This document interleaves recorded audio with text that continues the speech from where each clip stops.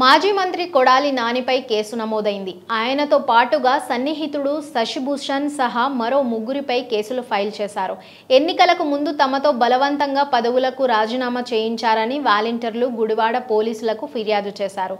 దీంతో కొడాలి నానితో పాటుగా ఆయన సన్నిహితులు మరో ఇద్దరిపై కేసులు నమోదు చేశారు పోలీసులు. కొడాలి నానితో పాటు ఆయన సన్నిహితుడు దుక్కిపాటి శశిభూషణ్, గుడివాడ పట్టణ వైఎస్ఆర్సీపీ అధ్యక్షుడు గొర్ల శ్రీను మరో ఇద్దరు వైఎస్ఆర్సీపీ నేతలపై 447, 506 ఐసీపీ సెక్షన్ల కింద పోలీసులు కేసు నమోదు చేసినట్లు తెలుస్తోంది. మరోవైపు కొడాలి నాని తాడేపల్లి జగన్ నివాసంలో జరిగిన వైఎస్ఆర్సీపీ సమావేశంలో పాల్గొన్నారు.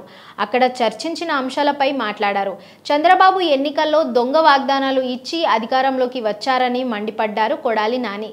విశాఖలోని రుషికొండలో టీడీపీ తప్పుడు ప్రచారం చేస్తుందని ధ్వజమెత్తారు. ఎన్నికల్లో హామీ ఇచ్చిన సూపర్ 6 ఎప్పుడు అమలు చేస్తారో చెప్పాలని కూటమి ప్రభుత్వాన్ని ప్రశ్నించారు. నిరుద్యోగులకు ఇస్తామన్న 3,000 ఇవ్వాలన్నారు. తాడేపల్లి సీఎం క్యాంపు కార్యాలయంలో విజిటర్స్ కోసం ఏర్పాటు చేసిన ఫర్నిచర్ పై తప్పుడు ప్రచారం చేస్తున్నారని, ఇకనైనా అసత్య ప్రచారాలను ప్రజలు నమ్మొద్దని కోరారు. చంద్రబాబు ఇచ్చిన వాగ్దానాలను పక్కదారి పట్టించడానికి టీడీపీ నేతలు రోజుకో డ్రామా ఆడుతున్నారని విమర్శించారు. రిషికొండలో భవనాలు ప్రభుత్వ ఆస్తి, వైఎస్ జగన్వి కావని తెలుసుకుంటే మంచిదన్నారు. వీఐపీల కోసం భవనాలు కడితే రాద్ధాంతం ఎందుకని ఎల్లో బ్యాచ్ చెప్పేవన్నీ అబద్ధాలే అన్నారు. ఆ ఫర్నిచర్కు ఎంత అవుతుందో చెప్తే ఇచ్చేందుకు సిద్ధమని ఇప్పటికే సమాచారం ఇచ్చిన అంశంపై గుర్తు చేశారు. అలాగే రాష్ట్ర వ్యాప్తంగా టీడీపీ చేసే దాడులకు భయపడేది లేదన్నారు కొడాలి నాని.